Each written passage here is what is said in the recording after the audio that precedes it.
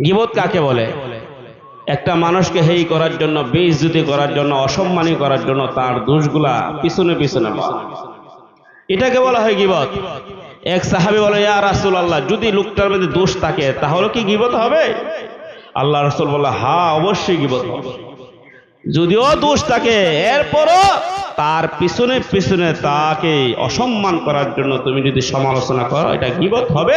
আর যদি দোষ না থাকে তাহলে তো ডাবল পাপ হয়ে যাবে। মানুষের ভিতরে আত্মা না থাকলে বাস্তব মানুষটার কোনো দাম নাই। ঠিক এরকম ভাবে আমলের মধ্যে দুইটা সাইড আছে, নামাজের মধ্যে তো দুইটা সাইড আছে। নামাজের একটা সাইড হলো প্রকাশ্যের সাইড, রুকু করা, সেজদা করা, কিয়াম করা। বাস্তব নামাজের সূত্র হলো নামাজের প্রকাশ্যের সাইড, দেখা যায়। আবার নামাজের ভিতরে একটা গোপন সাইড আছে, সেটা হলো খুশু খুজু ইখলাসের সাথে নামাজটা আদায় করা। আমার ভিতরে যদি নিয়ত ঠিক না থাকে, নামাজের মধ্যে যদি খুশু খুজু না থাকে, একাগ্রতা না থাকে, নিয়ত যদি ভালো না থাকে, তাহলে কিন্তু প্রকাশ্যের নামাজটা কোনো দাম নাই। এজন্য আল্লাহ তাআলা পবিত্র কোরআনে ঘোষণা করছেন, ফাওয়াইলুল লিল মুসাল্লিন, ফাওয়াইলুল লিল মুসাল্লিন। অনেক নামাজীদের কপালের মধ্যে বড় দুঃখ আছে, বড় আযাব আছে। ওয়া ইযা ক্বামু ইলাস সালাতি ক্বামু কুসালা ইরাউনান নাস, যারা অলসতার সাথে নামাজ পড়ে, গাফলতির সাথে যারা নামাজ পড়বে, যারা মানুষকে দেখানোর জন্য নামাজ পড়বে, ওই সমস্ত নামাজীদের জন্য বড় আযাব আছে। বোঝা গেল কি? যদি নিয়ত ঠিক না থাকে, আমার দিলের অবস্থাটা যদি ভালো না থাকে, আমার মনের অবস্থা, নিয়ত যদি ঠিক না থাকে, প্রকাশ্যের আমলটো নামাজটো আল্লাহর দরবারে কবুল না। এই জন্য হাসরের মাঠে অনেকে বলবে, আল্লাহ আমরা তো নামাজ পড়ছি, নামাজের হক আদায় করছি, আমরা তো নামাজি বান্দা, আমরা তো জান্নাতে যাওয়ার আশা রাখি। আল্লাহ বলবেন, না, আমাকে রাজি খুশি সন্তুষ্ট করার জন্য তোমরা নামাজ পড়ো নাই, মানুষকে দেখানোর জন্য নামাজ পড়ছো, কাজী আজকে কিছুই পাইবা না। একদল বলবে, আল্লাহ আমরা তো হাজী সাহেব, হজ করে আইছি দুনিয়াতে, আল হাজ। আল্লাহ বলবে, আমাকে খুশি করার জন্য করো নাই, মানুষ তোমাকে আল হাজ লাগাইব, হাজি লাগাইব, হাজি ডাকবে, এজন্য করছো। আরেক দল বলবে, আল্লাহ আমরা তো দানবীর। আল্লাহ বলবে, না, আমার জন্য করো নাই, মানুষ তোমাকে দানবীর বলবে, ধনী বলবে, কোটিপতি শিল্পপতি বলবে, মানুষ তোমাকে মেম্বার, চেয়ারম্যান, এমপি, মন্ত্রী বানাইব, এই নিয়ে তো দান করছো, আজকে কিছুই পাইবা না। আরেক দল বলবে, আল্লাহ আমরা তো জিহাদ করছি, আপনার রাস্তায় আমরা শহীদ হয়ে গেলাম, আমরা তো জান্নাতে যাওয়ার আশা রাখি। আল্লাহ বলবে, না, মানুষ তোমাকে শহীদ বলবে, গাজী বলবে, বীর বাহাদুর বলবে, এই জন্য লড়াই করছে। চিন্তা করেন, জিহাদের মতো এত বড় একটা গুরুত্বপূর্ণ একটা বিধান, যেই বিধানটার মধ্যে মানুষ তার জীবনটাকে দিয়া কুরবানি করে ফেলতেছে জীবনটাকে, এরকম একটা ত্যাগের বিধানের উপরও যদি ইখলাস ঠিক না থাকে, নিয়ত ঠিক না থাকে, আল্লাহর দরবারে এই জিহাদও কবুল হবে। বোঝা গেল কি? প্রকাশ্যের বিধানগুলোর উপর আমল করা যেরকম জরুরি, ঠিক তেরকম ভাবে দিলের বিধানগুলোর উপর আমল করা আরো বেশি জরুরি, আরো বেশি জরুরি। এজন্য আল্লাহ রাসূল বলেন, আল মুজাহিদু মান জাহাদা নাফসা, যে ব্যক্তি নিজের নফসের চাহিদার, খারাপ চাহিদার বিরুদ্ধে অবস্থান করতে পারে, সে তো বড় মুজাহিদ, সে বড় মুজাহিদ। যে ব্যক্তিটা নিজের খারাপ চাহিদার বিপক্ষে থাকতে পারে। এজন্য আল্লাহ রাসূল সাল্লাল্লাহু আলাইহি সাল্লাম তাবুকের যুদ্ধ থেকে ফেরার সময় মদিনার কাছে এসে বলছিল, রাজানা মিনাল জিহাদিল আসগরি ইলাল জিহাদিল আকবার। ও আমার সাহাবীরা, আমরা ছোট জিহাদ থেকে ফিরা বড় জিহাদের দিকে রওনা করলাম। সাহাবায়ে কেরাম বলে, ইয়া রাসূলুল্লাহ, ময়দানের জিহাদ থেকে বড় জিহাদ আবার কোনটা? আল্লাহ রাসূল বলেন নফসের জিহাদটাই সবচেয়ে বড় জিহাদ।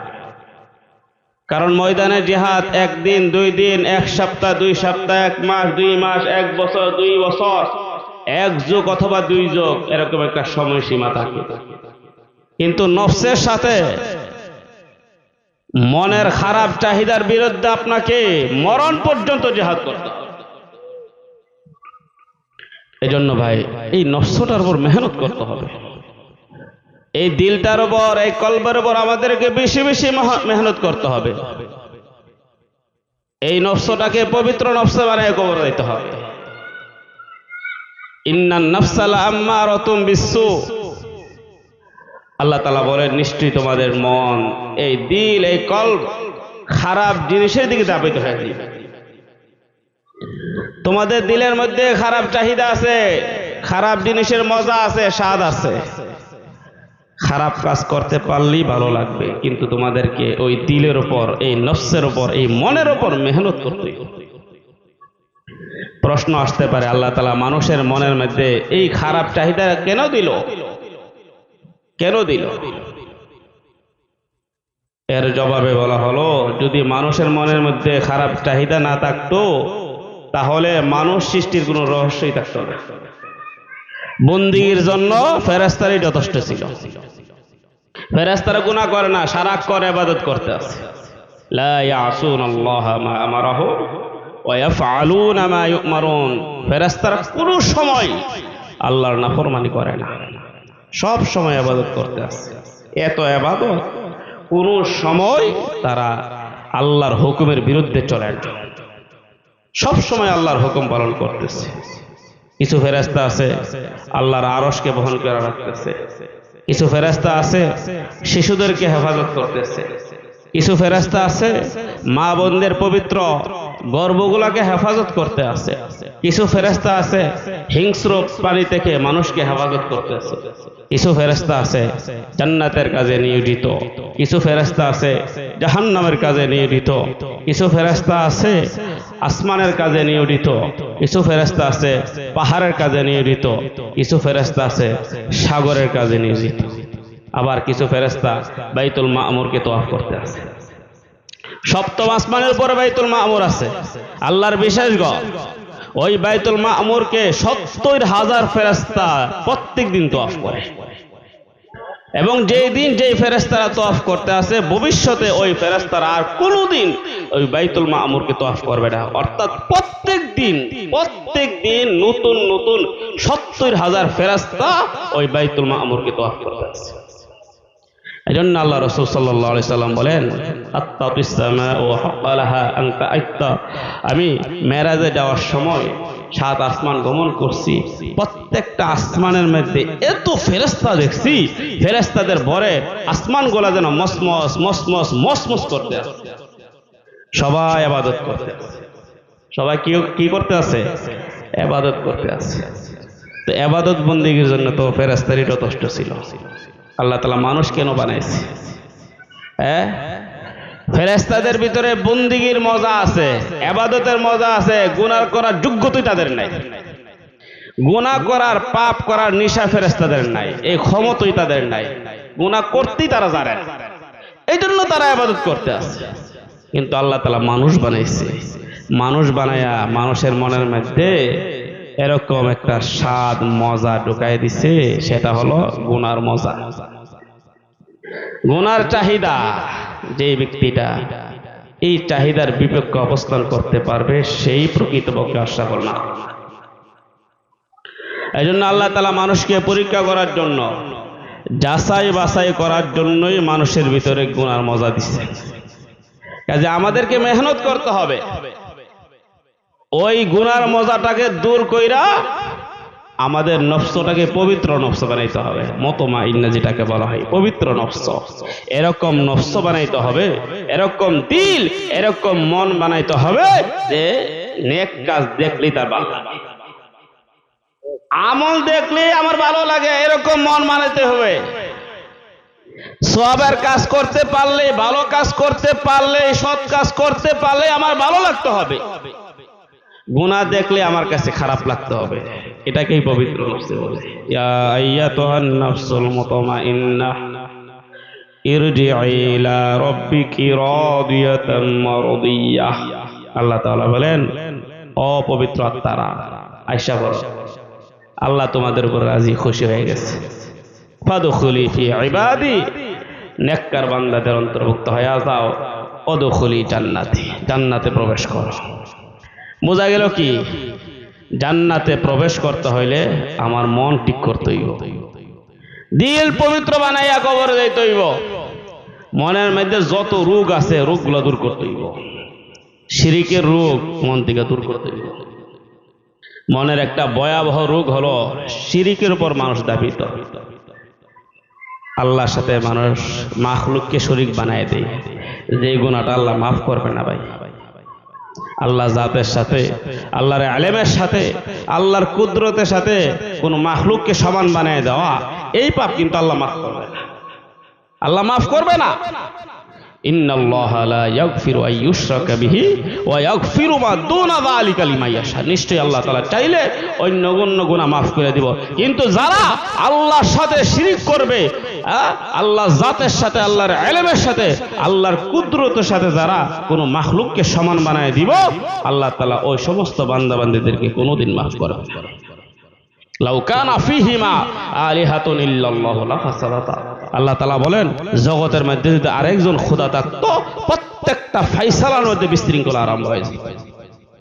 এক খোদা বলতো আজকে আমি রৌদ্র দান করব, আরেক খোদা বলতো না আজকে আমি বৃষ্টি দান করব, এক খোদা বলতো আজকে আমি ঠান্ডা দান করব, আরেক খোদা বলতো না আজকে আমি গরম দান করব, এক খোদা বলতো আমি তাকে ছেলে সন্তান দান করব, আরেক খোদা বলতো না আমি তাকে কন্যা সন্তান দান করব, এক খোদা বলতো আমি একাধিক সন্তান তাকে দান করব, আরেক খোদা বলতো আমি তাকে সন্তানই দান করব না, এক খোদা বলতো আমি তাকে সুস্থ রাখবো, আরেক খোদা বলতো না আমি তাকে অসুস্থ রাখবো, এক খোদা বলতো আমি তাকে ধনী বানায় দিব, আরেক খোদা বলতো না না আমি তাকে গরিবের হালতে রাখবো, এক খোদা বলতো আমি তার হায়াত বাড়ায় দিব, আরেক খোদা বলতো না আমি তার হায়াতটা কমায় দিব, এক খোদা বলতো আমি আজকের দুনিয়াটাকে কিয়ামত করে দিব, আরেক খোদা বলতো জিন্দেগিতে আমি দুনিয়া কিয়ামত। প্রত্যেকটা ফায়সালার মধ্যে বিশৃঙ্খলা হয়ে যেত। এই জন্য ভাই, শিরিক থেকে আমাদেরকে অবশ্যই অবশ্যই বেঁচে থাকতে হবে। হযরত নূহ আলাইহিস সালাম দুনিয়াতে আইসা এই শিরিকের বিরুদ্ধে লড়াই করছে। একদিন না, দুই দিন না, শত শত বছর মানুষকে তাওহীদের দাওয়াত দেয়া গেছে। গোপনে, প্রকাশ্যে, এককভাবে, দলগতভাবে মানুষকে উনি ৯৫০ বছর এই তাওহীদের দাওয়াত দিছে, দ্বীনের দাওয়াত দিছে। কিন্তু যতই দাওয়াত দিছে ততই যেন ওনার সূত্র প্রকাশ পাইছে। ওনার দুশ্মন দুনিয়াতে জারি হয়ে গেল। এক পর্যায়ে ওনার দুশ্মনরা, ওনার শত্রুরা ওনার উপর আঘাত করতে লাগলো। দুশ্মনের আঘাতে উনি যখন অজ্ঞান হয়ে যাইতো, অসুস্থ হয়ে যাইতো, উনি যখন ওনার জ্ঞান হারায় ফেলতো, দুশ্মনরা মনে করতো দুনিয়া থেকে চলে গেছে, ইন্তেকাল করছে। এই জন্য ওনারা মোটা কাপড় দিয়া, পেঁচ দিয়া হযরত নূহ আলাইহিস সালামকে একটা জায়গাতে রেখে দিত। আল্লাহর রহমতে, আল্লাহর কুদরতে হযরত নূহ আলাইহিস সালাম যখন আবার সুস্থ হইতো, আবার দ্বীনের দাওয়াত দিত। এত কষ্ট করার পর মাত্র কয়েকজন দ্বীনমান ছিল, সবাই শিরকের মধ্যে লিপ্ত ছিল।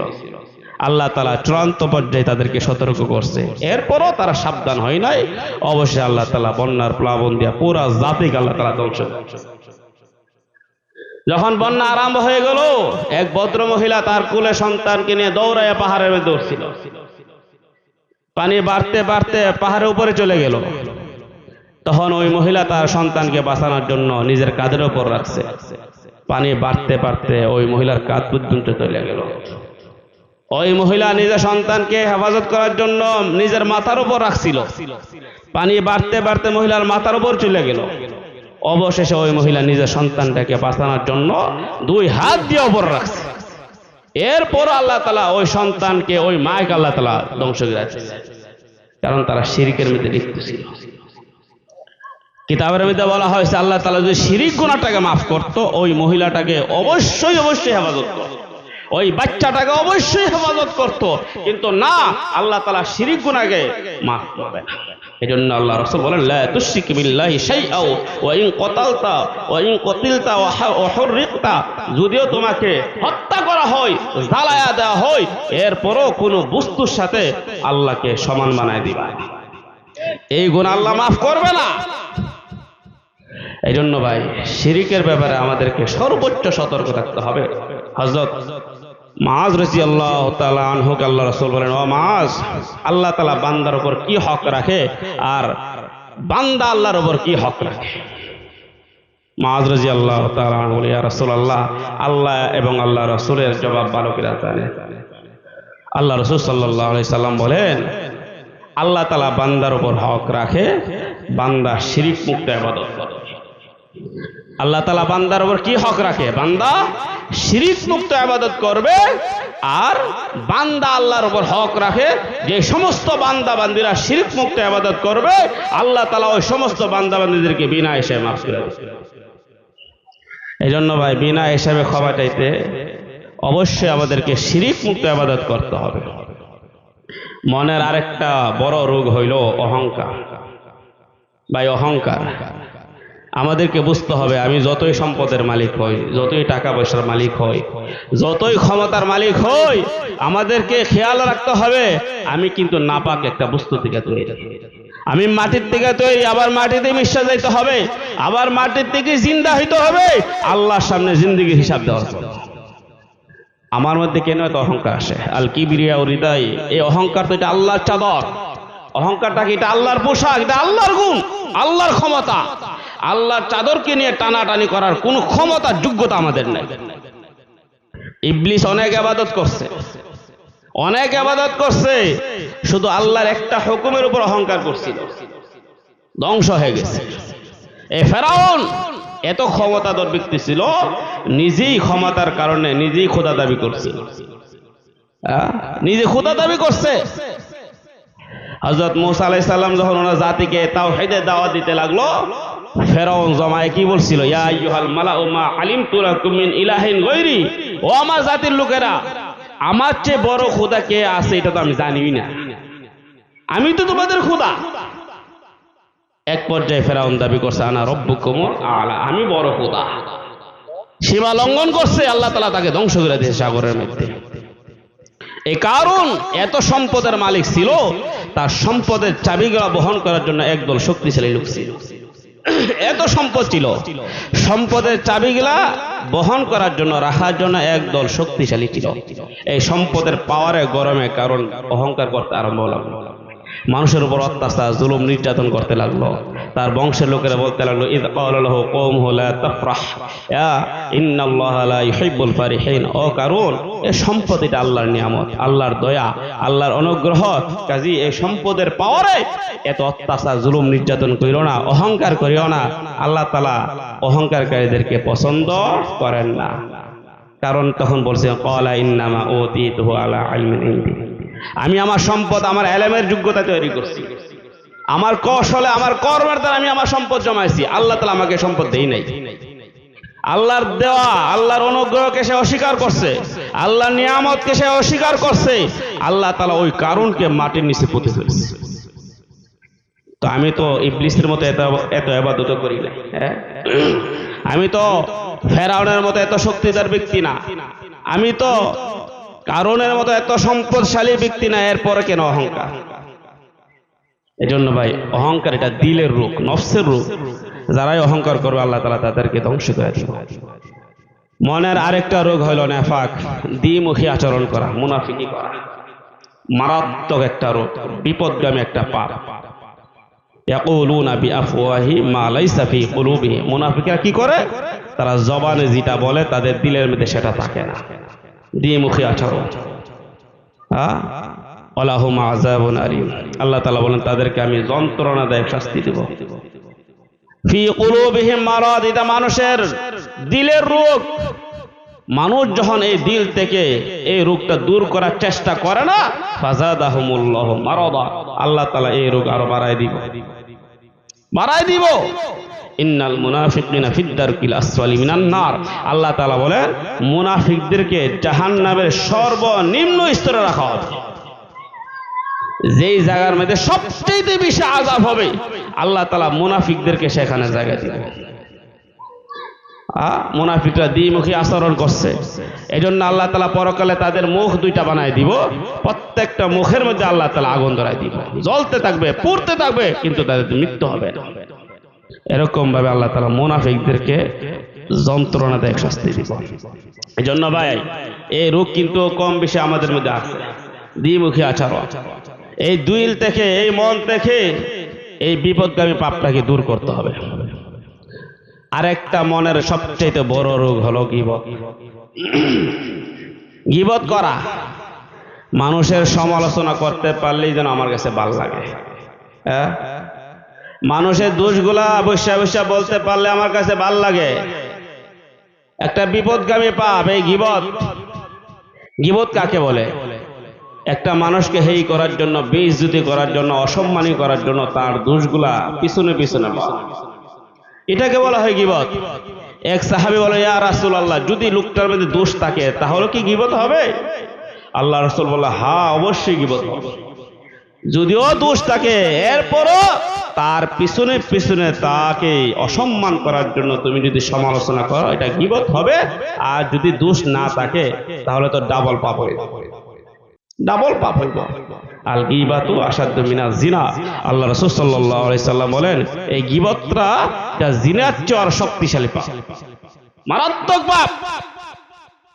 আজকে আমরা গীবতকে গুনাহ মনে করি না। আজকে দেখা যায় প্রত্যেকটা মজলিসে, প্রত্যেকটা বৈঠকের মধ্যে আজকে গীবত হইতেছে, গীবত হইতেছে। এই গীবতের দ্বারা আমাদের আমলগুলো ধ্বংস হয়ে যাইতেছে, আমাদের নেকগুলো ধ্বংস হয়ে যাইতেছে এই গীবতের কারণে।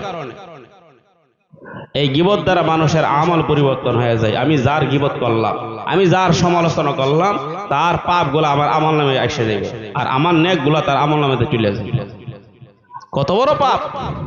এই জন্য এক বুজুর্গ বলেন, মানুষের গীবত করতে মন চাই না, নিজের জিন্দেগির দিকে তাকাও, দোষের অভাব পাইবা না, দোষের অভাব পাইবা না।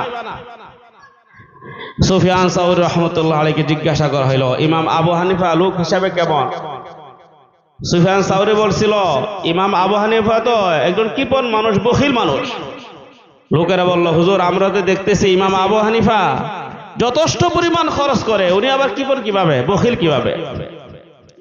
সুফিয়ান সাউরি বলেন, ইমাম আবু হানিফা সম্পদ খরচ করার ক্ষেত্রে বখিল না, কৃপণ না, বরং উনি গীবত কইরা মানুষের গীবত কইরা নিজের আমলগুলো খরচ করে না, গীবত কইরা নিজের আমল নষ্ট করে না, গীবত না কইরা আমলগুলো নিজের কাছে রাখে। একজন ইমাম, যিনি হানাফি মাযহাবের ইমাম, যিনি দীর্ঘ 40টা বছর এশারে ওযু দিয়ে ফজর নামাজটা সারাটা রাত ইবাদত করছে, ঘুমাইছে না। এত ইবাদত করার পরও মানুষের গীবত করছে, কারণ গীবত করলে আমল নষ্ট হয়ে যায়। ইয়া আইয়ুহাল্লাযীনা আমানু ইজতানিবু কাসীরাম মিনাল যন। আল্লাহ তাআলা বলেন, অনেক ধারণা থেকে বাঁচা থাকবা।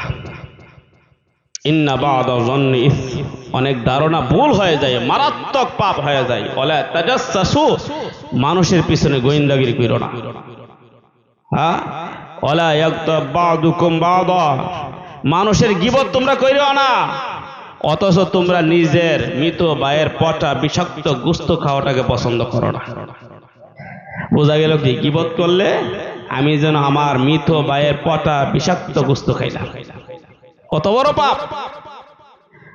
এক তাবি বলেন, আমি একটা মজলিসে বসলাম, বসে দেখছি মানুষ গীবত করতেছে, আমি সাথে সাথে উঠে গেছি।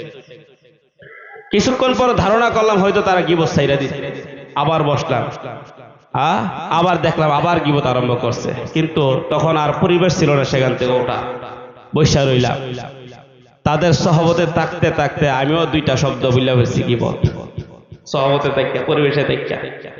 ওই তাবি বলেন, যখন ওই মজলিস থেকে আমি বাড়িতে গেলাম, ঘুমাইলাম, রাত্রেবেলায় আমি স্বপ্ন দেখি কালো রঙের একটা ভয়ঙ্কর লোক আইসা আমার সামনে পচা মৃত মানুষের পচা বিষাক্ত গোশত রাখছে, আমাকে খাওয়ার জন্য বলতেছে, আমি খাই না, জোর করতেছে।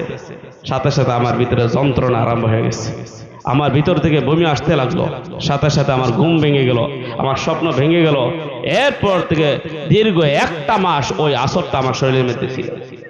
যখনই আমার সামনে খাবার রাখতো, আমি যেন দেখতাম পচা মানুষের বিষাক্ত গোশত রাখছে, খাইতে পারছি। একটু গীবত করছি, একটু গীবত করছে, দুই মহিলা রোজা রাখার পর যখন অসুস্থ হয়ে পড়লো, আল্লাহ রাসূলের কাছে সংবাদ গেল, অত্র এলাকার অমুক এলাকার তো দুইটা মহিলা রোজা রেখে অসুস্থ হয়ে গেছে। আল্লাহ রাসূল বলেন, তাদের সামনে দুইটা থালা রাখো। থালা রাখার পর তারা মানুষের রক্ত, পচা, বিষাক্ত এগুলা বমি করছে। আল্লাহ রাসূল বলেন, রোজা রাখছে, বন্দি করছে, ঠিক আছে, কিন্তু মানুষের গীবত করছে, আমল নষ্ট হয়ে গেছে, আমলগুলো নষ্ট হয়ে গেছে। এত কষ্ট করে আমল করি, রাত্রের আরামের ঘুমটা হারাম করে শীতের সময় ঠান্ডা পানি দিয়ে উযু করতেছি, ঠিক না, ফজর নামাজটা পড়তেছি, এত কষ্টের টাকা পয়সা দিয়ে আমি হজ করতেছি, যাকাত দিতেছি, ফেতরা দিতেছি, কুরবানি করতেছি, এত কষ্টের টাকা পয়সা দিয়ে আমরা আমল করতেছি, কিন্তু গীবত করার কারণে আমার আমলগুলো যদি নষ্ট হয়ে যায়, হাশরের মাঠে আফসোসের সীমা থাকবে না, আফসোসের সীমা থাকবে না। আল্লাহ রাসূল বলেন, আল্লাহ রাসূল সাল্লাল্লাহু আলাইহি সাল্লাম মেরাজ যাওয়ার সময় দেখলেন একদল লোক নিজের হাতের আঙ্গুলের নখ দিয়া নিজের চেহারাটা খামসায় ছিঁড়ে ফেলতেছে, সিনা ছিঁড়ে ফেলতেছে, আবার ঠিক করতেছে, আবার ছিঁড়ে ফেলতেছে, এরকম যন্ত্রণাদায়ক শাস্তি। আল্লাহ রাসূল সাল্লাল্লাহু আলাইহি ওয়াসাল্লাম জিবরাইলকে বলেন, জিবরাইল তারা কারা, তাদেরকে কেন এরকম শাস্তি দেওয়া হচ্ছে? জিবরাইল বলে, ইয়া রাসূলুল্লাহ, তারা হবে আপনার ওই সমস্ত উম্মত যারা মানুষের গীবত করত, মানুষের যারা গীবত করছে তারা যন্ত্রণাদায়ক শাস্তি ভোগ করবে। এই জন্য ভাই শেষ কথা বলতেছি, এটা একটা বিপদগামী পাপ। এই গীবতের দ্বারা মানুষের হক নষ্ট হচ্ছে, ঠিক না, এই গীবতের দ্বারা মানুষের হক নষ্ট করতেছে। আমি যার গীবত করলাম তার সম্মান নষ্ট করলাম। একটা মানুষের সম্মান তার হক, আমার সম্মানটা আমার হক, আরেকটা মানুষের সম্মান আরেকজনের হক। কাজে আমি যখন মানুষের গীবত করি তার সম্মানটা নষ্ট করতেছি, আমি তার হক নষ্ট করতেছি, আমি বান্দার হক নষ্ট করতেছি। কাজে যারা গীবত কিরা মানুষের হক নষ্ট করব, হাশরের মাঠে ফুল সিরাতের পরে তারা আটক হয়ে। এই জন্য ভাই আমার দিল থেকে যত ধরনের রোগ আছে ওই রোগগুলো দূর করতে হবে। হ্যাঁ, আমার দিলের মধ্যে যদি মুনাফিকের রোগ থাকে, মুনাফিকের আলামতগুলোই কিন্তু এই অঙ্গ প্রত্যঙ্গ দ্বারা, দেহের দ্বারা প্রকাশ পাইব, আমি একজন মুনাফিক হিসাবে সাব্যস্ত হবে। আর আমি যখন আমার মনের মধ্যে যখন ঈমানের মহব্বত থাকবে, আমলের মহব্বত থাকবে, আমার অঙ্গ প্রত্যঙ্গের মাধ্যমে আমার দেহের দ্বারা ঈমানের নিদর্শনগুলা, ঈমানের আলামতগুলা, আমলের নিদর্শনগুলা আমার এই দেহের দ্বারা, অঙ্গ প্রত্যঙ্গ দ্বারা প্রকাশ পাইবে, তখন আমি একজন ইমানদার হিসাবে সাব্যস্ত হতে পারবো। আর যারা ইমানদার হিসাবে সাব্যস্ত হবে, আল্লাহ তাআলা তাদের অভিভাবক হয়ে যাবে। আল্লাহু ওয়ালিয়ুল্লাযিনা আমানু, আল্লাহ তাআলা ঘোষণা করছেন যারা ইমানদার, আমলদার, আমি আল্লাহ তাদের অভিভাবক হয়ে যাব। আল্লাহ তাআলা আমাকে আপনাকে সবাইকে নফসের যত রোগ আছে ওই রোগগুলো দিল থেকে দূর করে আল্লাহ এবং আল্লাহর মহব্বত, এই দিলের আল্লাহ এবং আল্লাহ রাসূলের মহব্বত এই অন্তরের মধ্যে পয়দা করার তৌফিক দান করে। সবাই বলেন আমিন।